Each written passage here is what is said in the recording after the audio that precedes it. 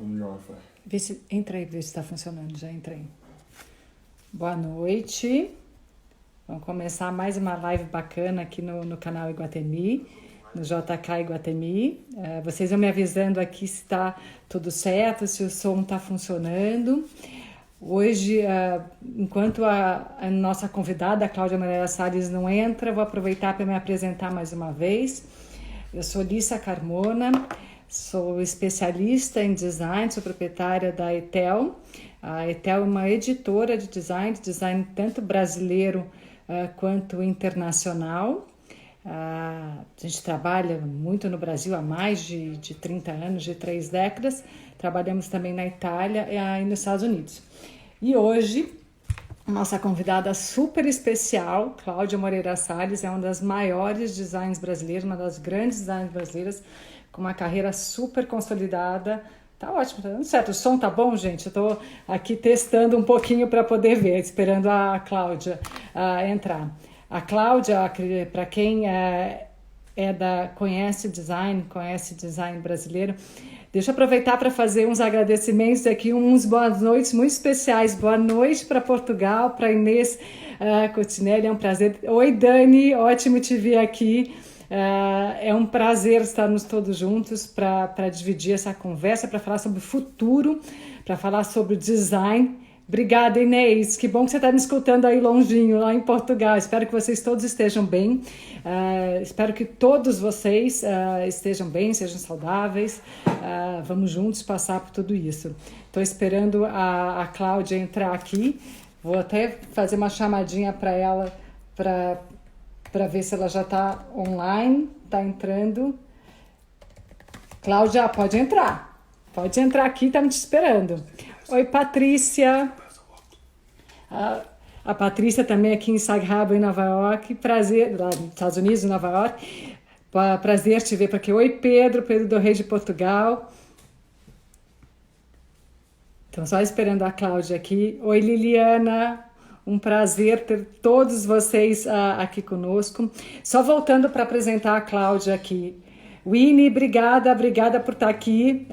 Você sempre nos acompanhando, a Winnie Baixa, que escreve Design do Bom, já fez várias entrevistas sobre nós, sobre a Cláudia, é uma das grandes especialistas de design. Estou esperando a Cláudia aqui, que a Cláudia ainda não entrou. Entrou sim, vamos lá. Só um minuto.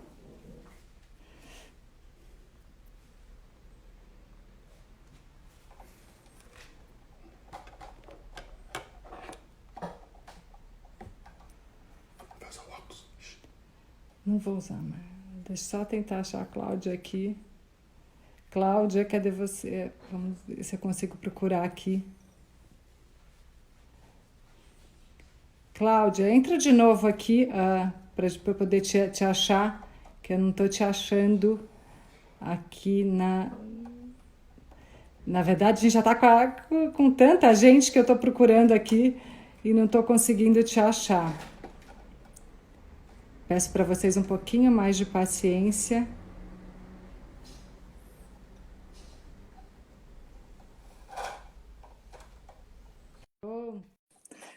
Agora a Cláudia está entrando. Antes disso, falar um oi para Nova York. Paul Clemens, obrigada por estar aqui. Um prazer ter todos vocês.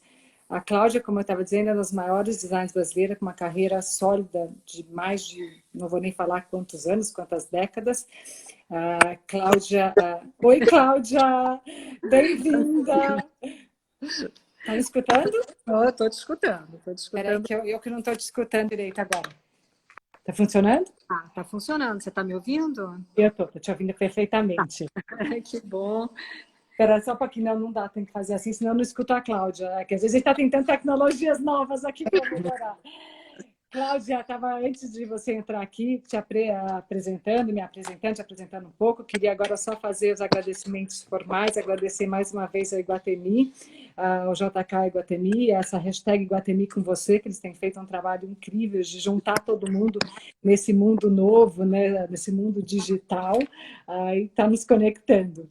Obrigada por aceitar o convite, é mais do que um prazer, além de uma admiradora de longa década do seu trabalho. A gente tem uma amizade carinhosa, a gente divide muitos pensamentos, reflexões. E hoje a gente está aqui para conversar sobre design, sobre o futuro no design.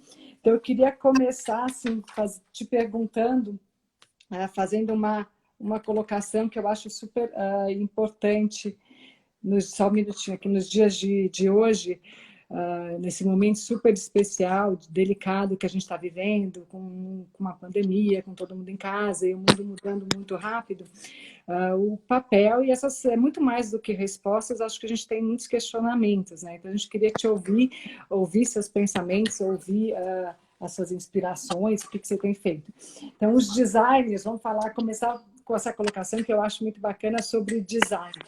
Os designers encontram-se entre revoluções e rotina, dia a dia. São capazes de capturar as mudanças, mesmo as momentâneas, na ciência, na tecnologia, na sociedade, e transformar essas mudanças em acessíveis, em objetos, em ideias, para que a gente possa entender. Ou seja, o papel, o design, por definição, é nos ajudar a passar por essas mudanças, a enfrentar essas mudanças. Você, como uma designer mesmo, designer, com tantos anos de trabalho aqui no Brasil, como que você vê o design hoje? Como você está vendo essas mudanças? Ou seja, o que mudou para você?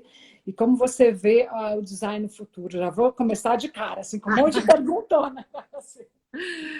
Bom, boa noite a todos. É um prazer estar aqui conversando com a Alissa. Nesse momento de isolamento, a gente poder estar conectados, debater ideias, as nossas inquietações, que são muitas. Em relação ao design, eu acho que o design já vem respondendo há muito tempo a questões importantes, que eu acho que esse momento da pandemia ele vai acentuar, mas eu acho que o design já vinha trabalhando no sentido de, primeiro, de levar em consideração as questões ambientais, procurar novos materiais, usar fontes renováveis, técnicas que não agridam o meio ambiente. Eu acho que você vê muito design, mesmo assim do começo dos anos 90 para frente, você já vê levando muito em consideração isso, que é uma crise que a gente está vivendo, que no momento a gente está abafado pelas notícias do Covid-19, mas é uma questão que a gente tem que estar observando, porque de repente pode ser tarde demais. Nós fomos pegos de surpresa por essa pandemia, e se a gente não prestar atenção, a questão do meio ambiente vai nos pegar de surpresa, de uma forma ou de outra, menos homogênea do que está acontecendo agora, quer dizer, afetando assim todos os países. Claro que alguns países vão sofrer mais por problemas de desigualdade, mas é uma crise geral. E o meio ambiente, se não for feito alguma coisa, a gente vai ser pego de surpresa e vai ser tarde demais. Então tem imagens até que a gente viu essa semana passada, dessa parada que deu o mundo, e como a água do canal de Veneza está limpo, animais selvagens entrando em cidades, quer dizer, são imagens assim que você se pergunta, dá para reverter alguma coisa, né? Claro que esse custo está muito alto, mas eu acho que o design já vem trabalhando nesse sentido. Nós, quer dizer, designers aqui no Brasil, fora, eu, na minha experiência, comecei com vocês, quando vocês começaram a trabalhar com madeira certificada, em projetos sustentáveis. Eu acho que isso é uma preocupação que o design já tem. A pandemia, eu acho que eu vejo as pessoas vão provavelmente reagir de maneiras diferentes, né? Quer dizer, eu acho que para muita gente houve uma interiorização.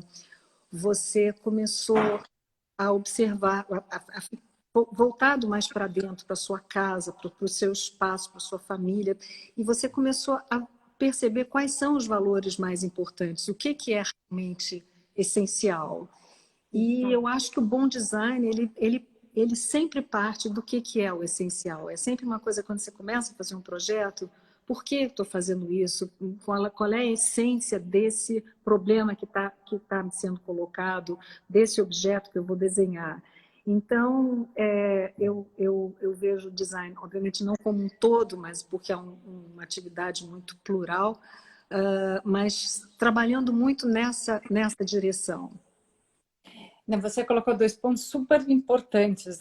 Antes de eu entrar no essencial, que é essencial a gente falar agora, a parte do meio ambiente, eu acho que essa pandemia, isso, o que está acontecendo, assim, esse isolamento, essa parada, né? Porque, na verdade, o mundo parou. Daí, do dia para o outro, o mundo parou.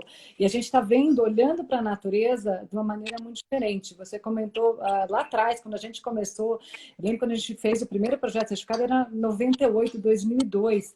Em 2020, eu falando com o mesmo projeto que você também conhece no Pará, trabalhando com isso, eu falo, gente, nós não evoluímos nada em 20 anos. E, de repente, em um mês, a gente está olhando para isso e fala, a gente precisa correr atrás desses 20 anos e voltar, porque não vai aguentar. Talvez seja tarde demais, talvez seja a Terra fique mesmo inabitável. Então, o que a gente faz? Então, acho que o design, o papel do design como esse agente que captura essas mudanças e transforma em peças.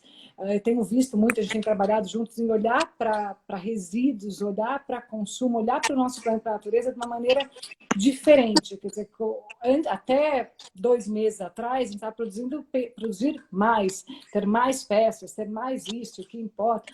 De repente, a gente viu que a gente pode viver com menos, que a natureza não aguenta tudo isso de registro e que a gente evoluiu muito pouco nos últimos 30 anos. O que você, como designer, percebe, ou quais são os seus anseios, por exemplo, quando fala de meio ambiente, de natureza, que você fala, não, agora precisamos olhar para isso, está nessa hora. O que você dá um pouco dos seus insights, que você está olhando para esse lado de meio ambiente? Eu acho que a gente já está olhando, quer dizer, quem trabalha com madeira, estou falando assim, o meu trabalho, o nosso trabalho, basicamente com madeira, né? Então, madeira, ao contrário do que as pessoas pensam, você é uma fonte que é renovável. Você tem como explorar a madeira de forma sustentável através desses projetos de manejo sustentado que vocês estão envolvidos já há bastante tempo. E esses projetos, quer dizer, é claro que são iniciativas pequenas, mas que vão plantando sementes e são importantes que designers já mais experientes, que tenham mais tempo de carreira, que insistam nesse tipo de fonte de material para que isso se torne enfim, primeiro possível você ter esse material, que é muito fácil você dizer, eu vou trabalhar com madeira certificada e de repente você vai e não encontra madeira certificada, né? Ou ela tem um preço assim absurdo que as pessoas não conseguem fazer seus projetos com madeira certificada. Mas eu acho que assim, você insistir nesses projetos, quer dizer, ver os nichos aonde você consegue atuar dessa forma. Trabalhar também muito com madeira de reuso, que acho que isso é uma coisa muito importante. A gente não tem tanto essa cultura no Brasil de preservar. Você vê estruturas, sei lá, eu vou andando, eu estou no interior, você vai andando, você vai vendo estruturas rurais despencando, porque as fazendas e os sítios deixaram de ter sentido. Então, você vê esses lugares desmontando, que você tem um tesouro em madeira, né? E então eu acho que assim, nesse ponto, para quem trabalha com esses materiais, com madeira, eu acho que tem um caminho aí e tem um caminho muito possível, e cada um fazendo a sua parte, eu acho que a gente consegue contribuir para melhorar o meio ambiente. Agora, existem muitos outros projetos usando materiais que não têm nada a ver com madeira. Você tem projetos feitos e que são muitas vezes estão muito no começo, mas é importante você ter todas essas pesquisas para ver outras fontes da natureza que você pode transformar em material para produzir objetos. Isso eu acho que é em relação aos materiais. Você tem algas, você tem gente fazendo coisa com sal, você Com tem milho, né? Casca de milho também. casca de milho, com casca de café,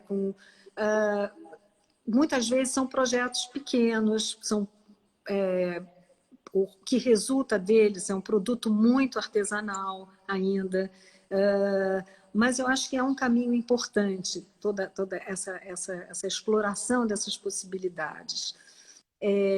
Eu estava pensando também nesse momento de recolhimento, que como designer, que é o designer que está sempre, vamos dizer, ou tendo uma solicitação para projetar algum objeto, algum móvel, que for algum produto, ou então você mesmo se propor a fazer alguma coisa, né? Porque funciona das duas Das formas. duas vias, sim. Mas o que eu acho que acontece é que a gente estava num mundo tão acelerado e que de um momento para o outro parou. E esse mundo acelerado, eu acho que estava, de certa forma, eu acho que ele não estava fazendo tão bem ao design, porque você, como designer, estava a quantidade de feiras, de exposições, de necessidade de estar exposto na mídia, nas mídias digitais, estava fazendo com que o designer tivesse um excesso de produção que muitas vezes não resulta em produtos maduros, em produtos que fazem sentido no geral e fazem sentido dentro da produção do próprio designer. Seguramente. Então, eu acho que isso, de certa forma, esse momento, é muito difícil você dizer o que vai acontecer, né? Porque a gente não dá. A gente está no meio do momento. Nós aqui no Brasil, há um mês e pouco atrás, né? De um dia para o outro, é decretada a pandemia, caiu essa ficha e mudou a vida de todo mundo. Todo mundo, sim. Então é muito difícil você saber o que vai acontecer, quanto tempo vai durar. Ninguém sabe, né? Eu acho que é mais do que quanto tempo vai durar, o que eu sinto é que é uma mudança que veio para ficar. Veio abruptamente, a gente pode acreditar que ela vai continuar, que ela vai voltar para um novo normal, já nem se fala mais o normal, mas de fato algumas coisas elas vão mudar, né? Nós já mudamos com isso, porque vale para mim, vale para você, vale para quem está na Itália, vale para quem está em Portugal nos ouvindo, vale para onde começou na China, ou seja, foi no mundo todo ao mesmo tempo.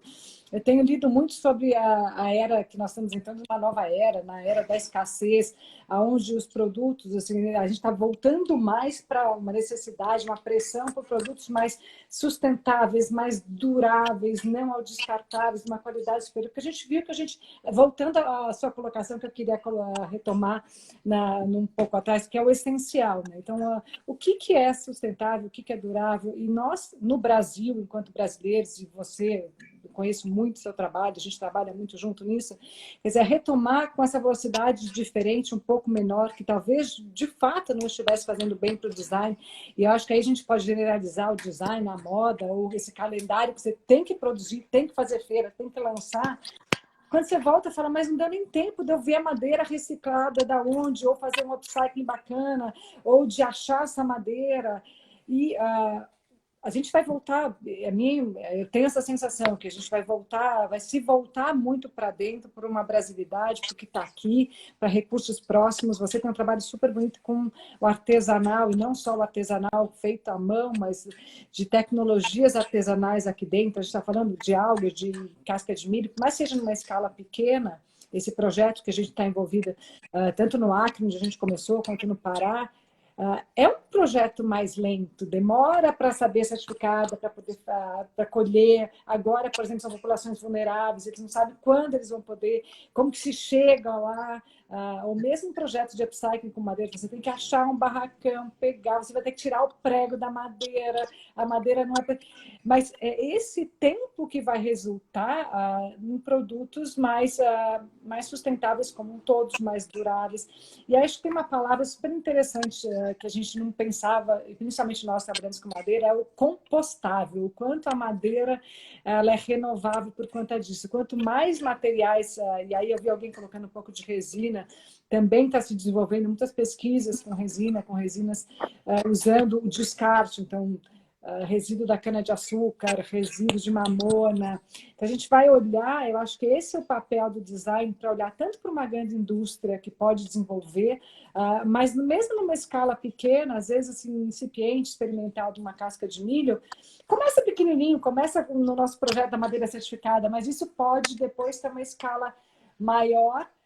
Mas a gente também vai ter que acostumar com escalas menores. Eu acho que esse é um ponto que traz esse momento, não? Certamente a gente vai ter que se acostumar com escalas menores, a gente vai ter que se acostumar com consumir o que está mais perto. Eu acho que todas essas, vamos dizer, o trabalho artesanal, ele pressupõe, são produtos mais caros, né?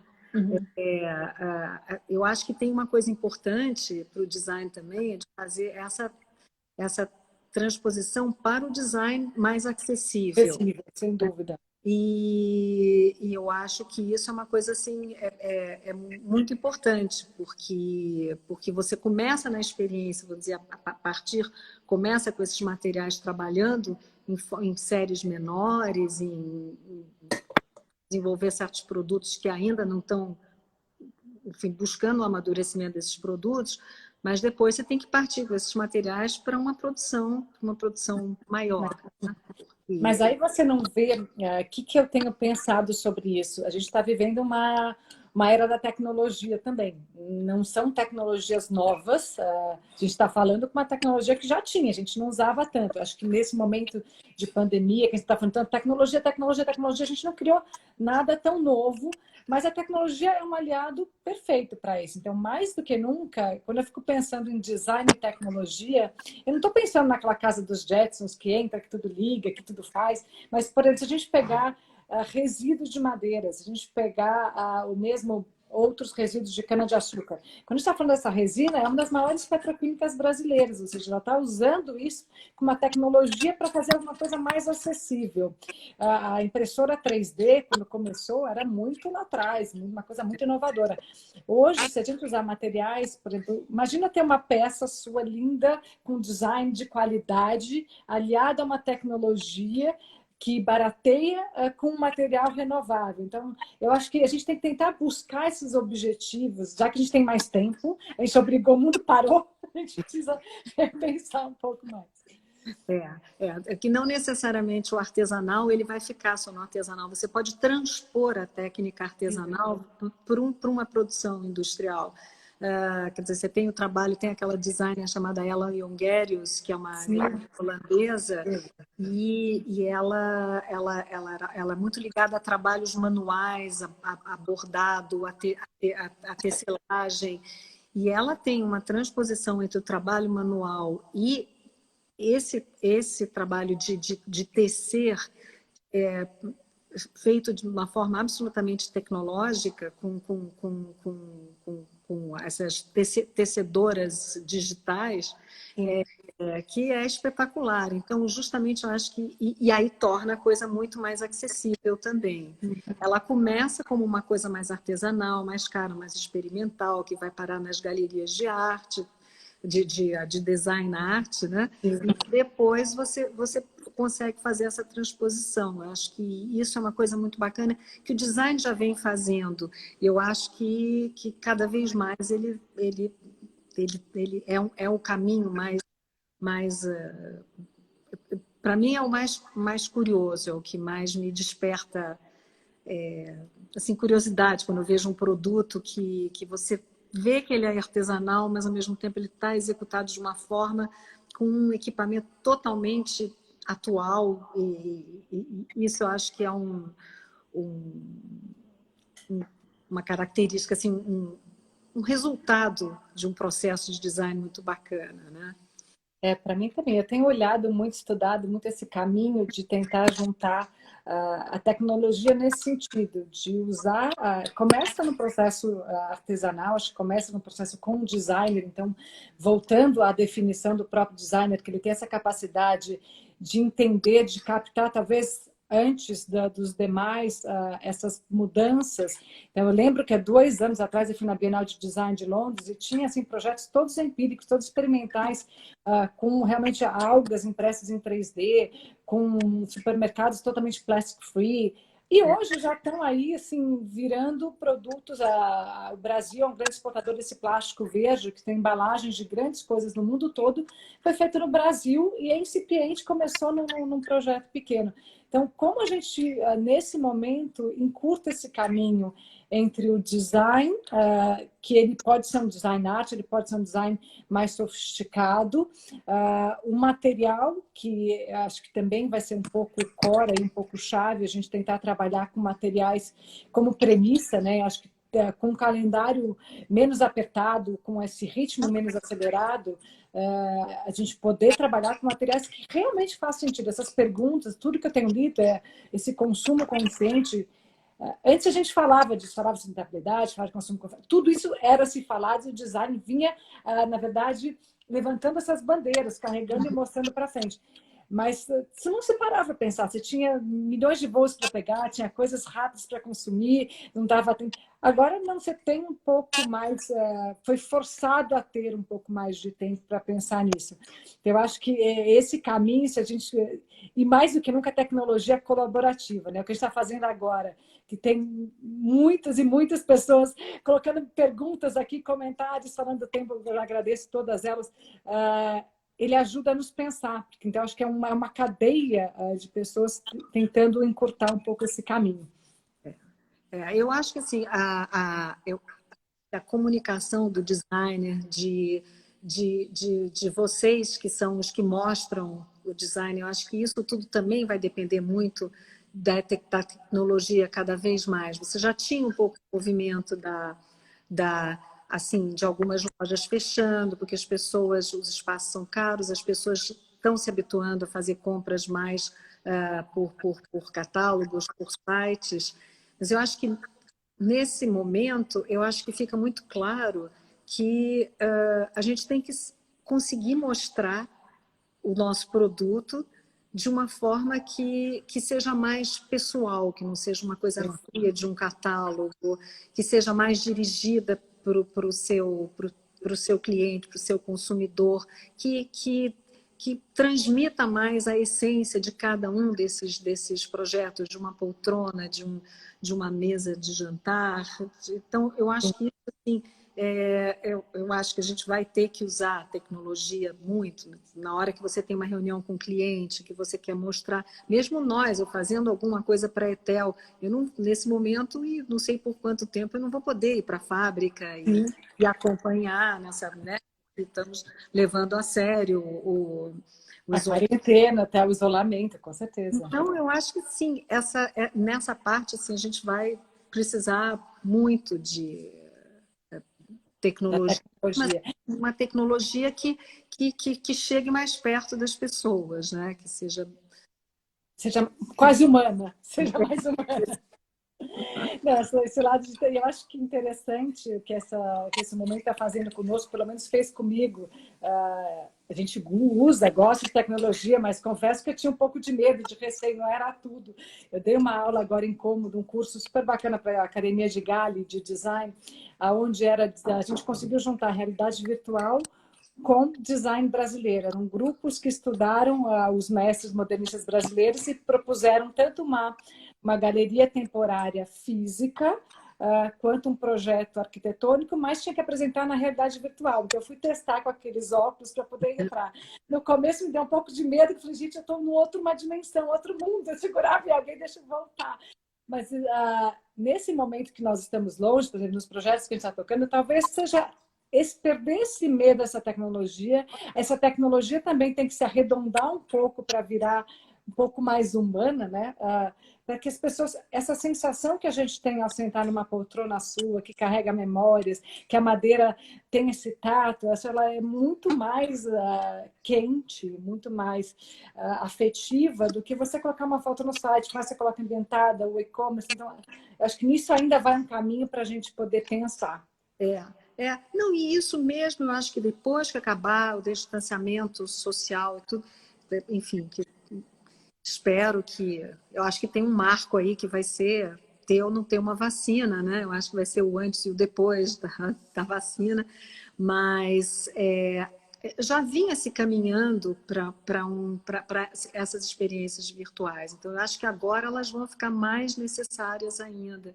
E assim, eu vejo assim, as pessoas ficando em casa como elas... Porque muita gente não ficava em casa, porque trabalhava o dia inteiro, chegava em casa e pronto, ia para o jantar. Enfim, a permanência em casa era pequena, né?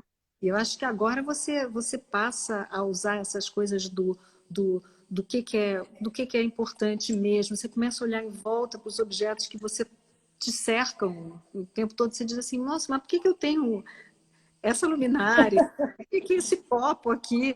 Sabe, assim, começa, as coisas importam mais, que você está mais perto delas e elas estão te fazendo mais companhia, né?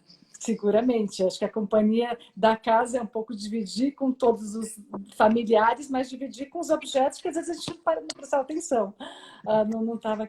Mais do que disruptivo, que todo mundo fala, disruptivo esse momento, tudo, eu acho que esse momento ele é um acelerador, né? A gente está vivendo uma aceleração do mundo, apesar do mundo estar parado, coisas que, ideias, movimentos, tudo isso que a gente falou até agora, que estavam adormecido, alguns e outros não.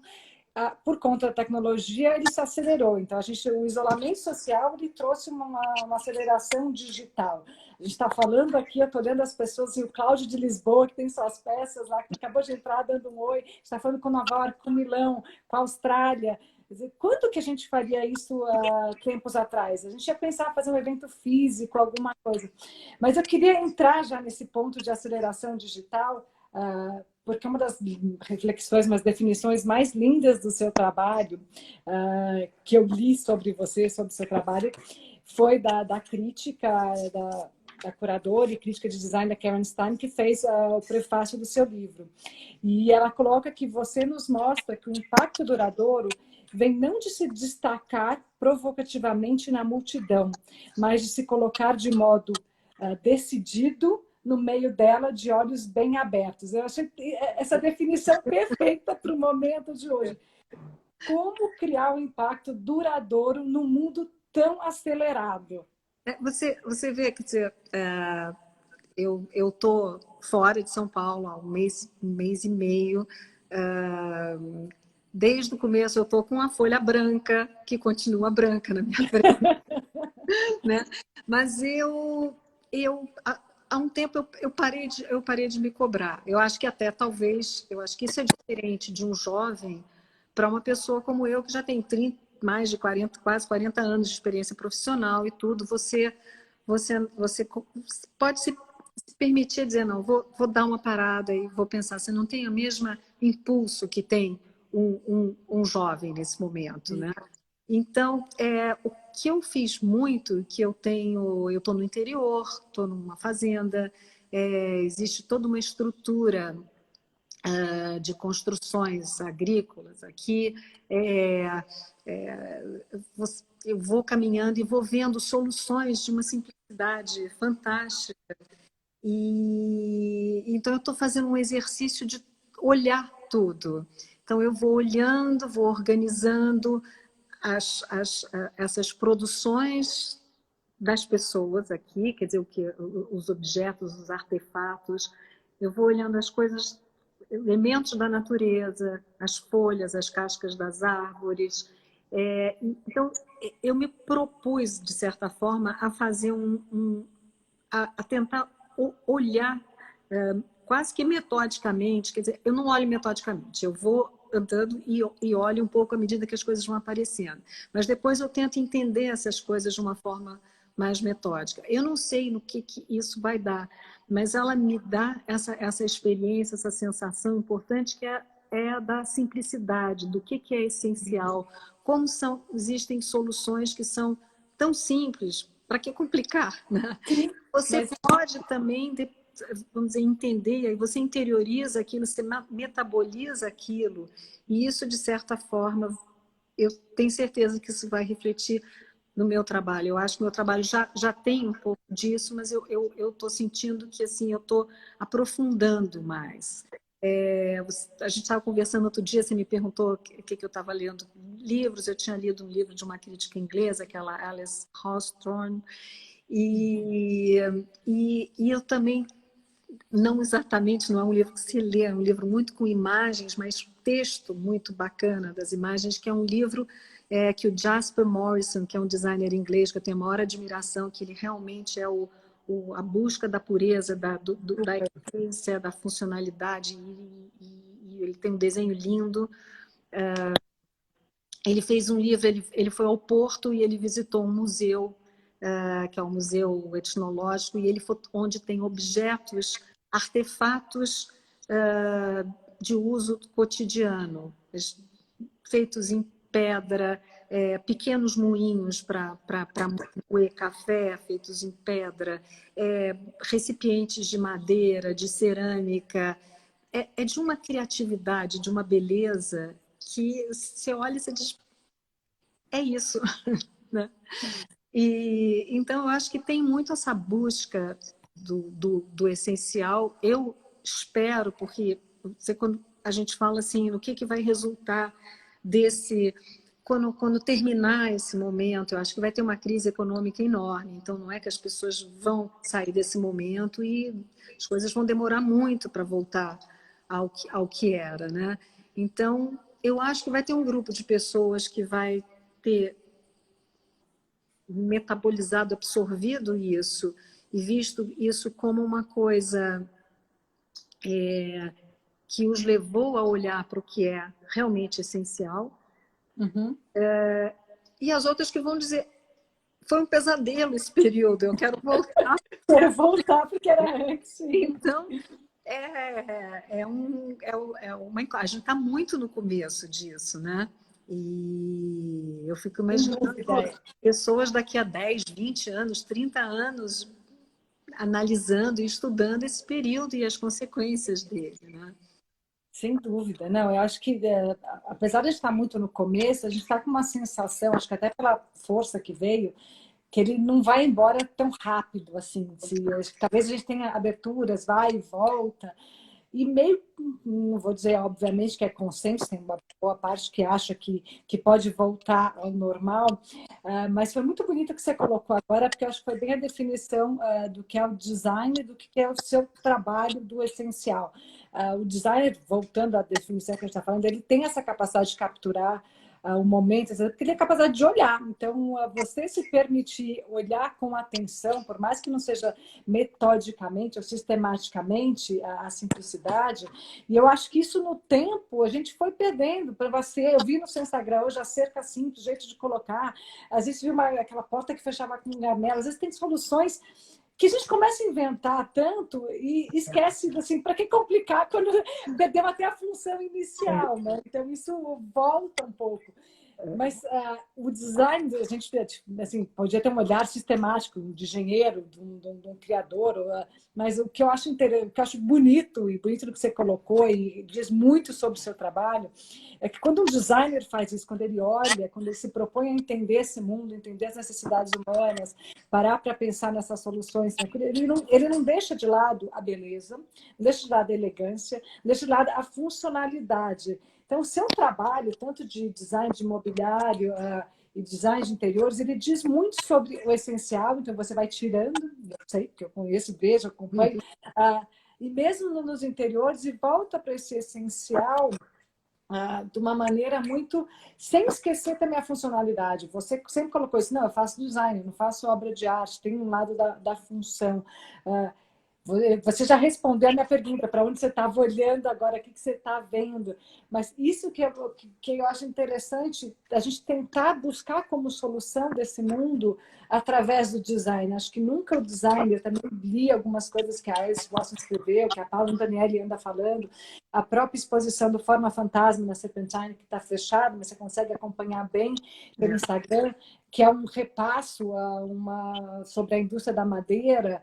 Que vamos entender lá no começo o que é para ver o que é essa madeira hoje. Então, se a gente buscar uma solução, mesmo as soluções mais tecnológicas, mais práticas da área da saúde, junto com o design, se a gente conseguir trazer que a beleza importa, na verdade, né? Faz com que essas peças se tornem atemporais, que a gente preserve, que a gente cuide.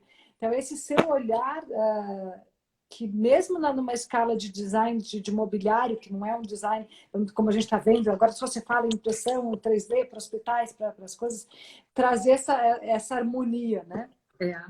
Bom, a gente está falando de um tipo de design, de um nicho de produto e tal. Eu imagino que os designers que são designers que trabalham com equipamento hospitalar, é um design mais ligado, direcionado, devem estar. Quer dizer, deve ser um momento quase como os médicos, os cientistas, quer dizer,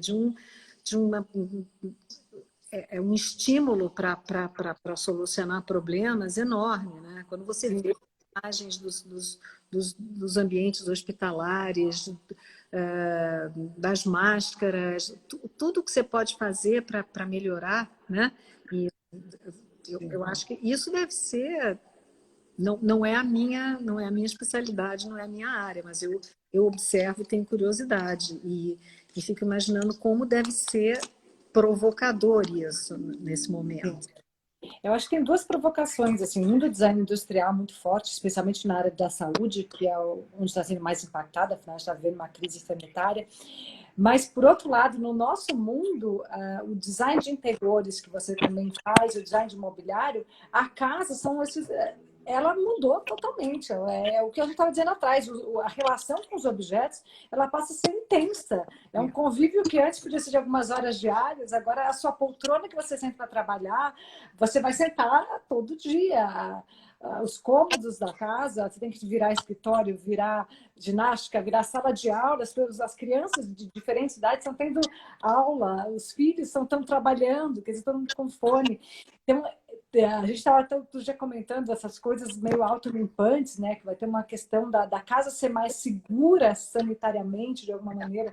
Também é uma provocação no seu design, no seu mundo muito grande. Certamente. Eu fico... Essa coisa de não poder tocar na maçaneta, que a maçaneta alguém pode ter tocado. Você desculpa a maçaneta, então não pode ter mais maçaneta, tem que abrir a porta de outra forma, né? Quer dizer, você vai ter muita coisa que vai resultar dessa vivência, desse momento.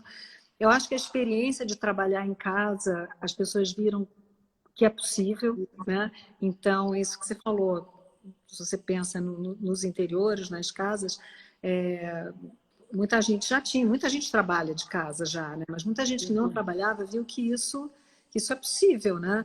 E eu imagino que você melhore as pessoas ficando mais em casa, se deslocando menos, numa cidade como São Paulo, com o trânsito, com a deficiência do transporte urbano, tudo isso seja uma coisa que possa melhorar a vida da gente, a vida dos outros, né?